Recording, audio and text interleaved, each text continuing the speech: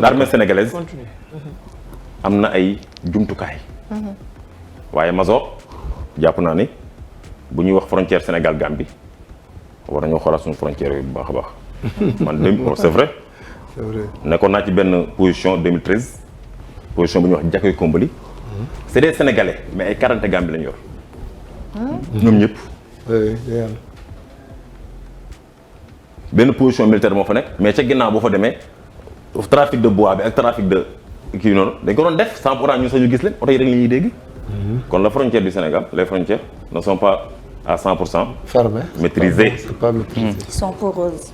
Oui, ils sont poreuses, oui. parce que Mali tey mënoo jàpp ne Mali état la. waaw parce que du état. waaw parce que géré wul tout son frontière. mënu ko dëgg la da koo séparé ak jihadistes yi. mënu ko sax. ñun Sénégal war nañu am benn état bu fort mooy fépp foo xamante ne nii wàllum surtout Casamance surtout Guinée frontière Gambie ak frontière Mauritanie. war nañ ko gën a. sécuriser.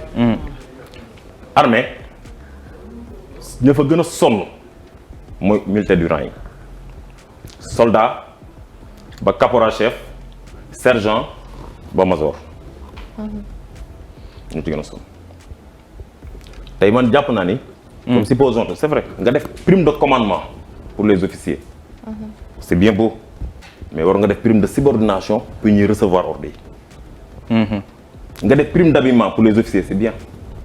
nga jox leen indemnité yu baax ay 1 million 2 millions c'est bien mais le soldat le gradé le petit gradé bi nga xam ne moom mooy permettre yow capitaine nga dem ànd ak sa compagnie en Casamance nga gagner ay guerres. c'est pas toi.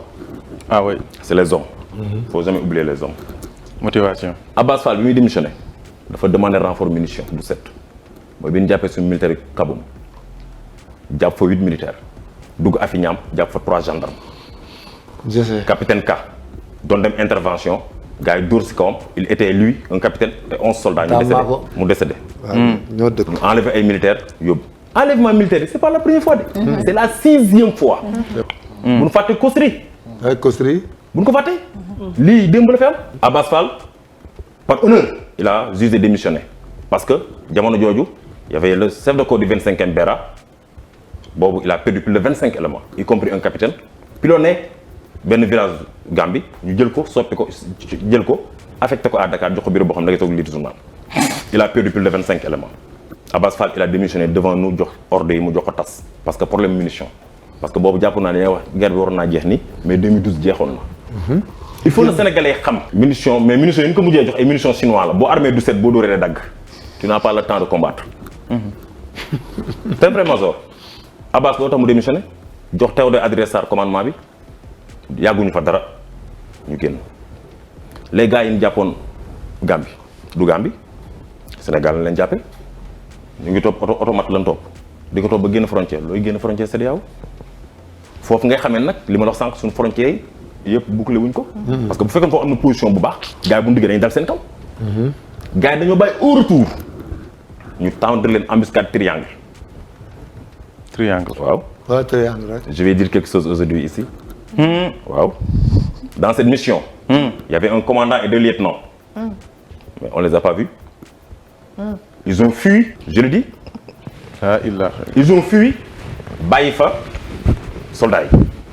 man j'ai un promotionnaire bu ci nekkoon du ma tudd turam instant bii ñu ngi leen jox permission dërëm joxagul leen ko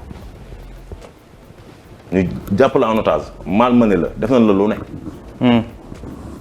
les gens de 8 heures du matin à 18 heures la ñu xeex ak rebelle yi.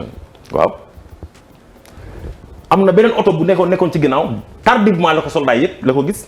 benn camion boobu nga gis ñu def ci CEDEAO bi 17 boobu. waaw il y avait des mortiers dedans. il y avait des munitions beaucoup de munitions dedans. il y avait beaucoup d'armement dedans. rebelle dañ ko yóbbaale. gars yi dañoo xeex ba seeni munitions jeex ñu dindi seen ensemble mobile sànni ko sànni arme bi yëkkati seen ay loxo ensemble mobile boo ko génnee ci arme bi assess la mënatul def dara ñu jàpp leen licoté leen yóbbu leen.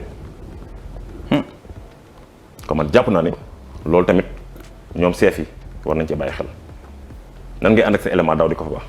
bi passé bi ñu jàppee 7 militaires yi kenn du weddi li may wax nii personne kenn du ko weddi. Nations Unies. des gore dundu mais gore. Nations Unies bu wootee. à part la France kan lay wax. Sénégal lay wax. nañ wax ci Nations Unies. $1028 par mois. ma ñibbisee 4 millions lañ ma fay. man 2013 ba 2015 maa ngi fa. non ñëw naa foofu yaa ma sukuro. non ñëw naa yaa ma sukuro fekk. très bien ci cas bi. loolu laay wax. li la Nations Unies di compter ak li ñu la jox c'est pas la même chose. nekk nañ fa ak suñuy frères africains ay Gambiens. Nigériens. ñoom bu ñu ñibbee seen kër. seen dëkk. 10 millions la leen jox cash. Nations Unies xamul gratte. non personne la xam. Nations Unies casque bleu la xam. la preuve prime tabac bi $19 yi yéen colonel beeg général beeg ñëpp koy tolloo. lan moo tax bu ñu ñëwee ba Sénégal ñu ne officiers yi ëppale sous-officiers yi topp ci soldats yi topp mbirum tappale bu mag la. tey man li may wax sama autorités militaires yi. ñun ñu ne ci biti. tey peut-être man jàpp naa ne gën leen a xam li ne ci biir war na leen a wax ñoom ñu koy dégg. waxuñu leen pour ŋàññi. c'est bon mais dañ leen wax parce que jàpp na ni li bu ñu ko deful du dem tey tu prends un colonel à la retraite qui a fait 36 ans de service il a moins de 300 000 ou bien 300 et quelques mille de pension. waaw un député qui a fait 10 ans de mandature il a plus de 400 000 de pension retraite parlementaire. un député qui a fait que 10 ans de service am plus de 400 000 le colonel qui a fait 36 ans am moins de 300 000. injustice sociale la. man jàpp naa ne ci résilience bi ñu wax. man résilience bi sa président indi sax man jàpp naa ne du woon thème bi. thème bi moo waroon nekk la revalorisation de la masse financière de l'armée. dama ne soldats yi fa nekk sonn nañ trop. supposons tey ma nekk jaxee Kombali ga ma nekkoon sama doom judd na sama ginnaaw yóbbu ma ko parce que foofu téléphone da nga koy lonk pour nga am réseau. bu ñu dàqee say doom noo ko yëgee. bu ñu coupé sa courant kër wala sa ndoxu kër noo ko yëgee. amoo vie de famille.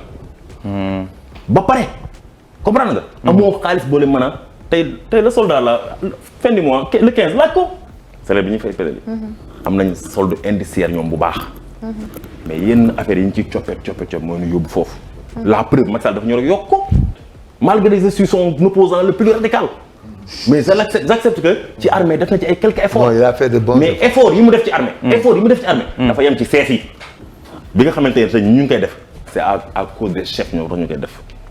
comment tu peux concevoir Major nga tey nga ne bëggatoo gis benn militaire bu def autostop ci mbedd mi. y a un officier général boo xamante ne ni dafa jël auto militaire yëpp ci ay doomam romb benn soldat bi autostop mu taxaw il a puni directement.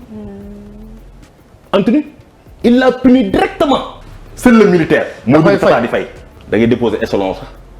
pour mu génn problème man libéré nañ ba pare ma dugg rek demande pour ñu rappel ma sama échelon franchement boo déposé certificat de mariage problème la. yëral waay yëral xam nañu jotali yëral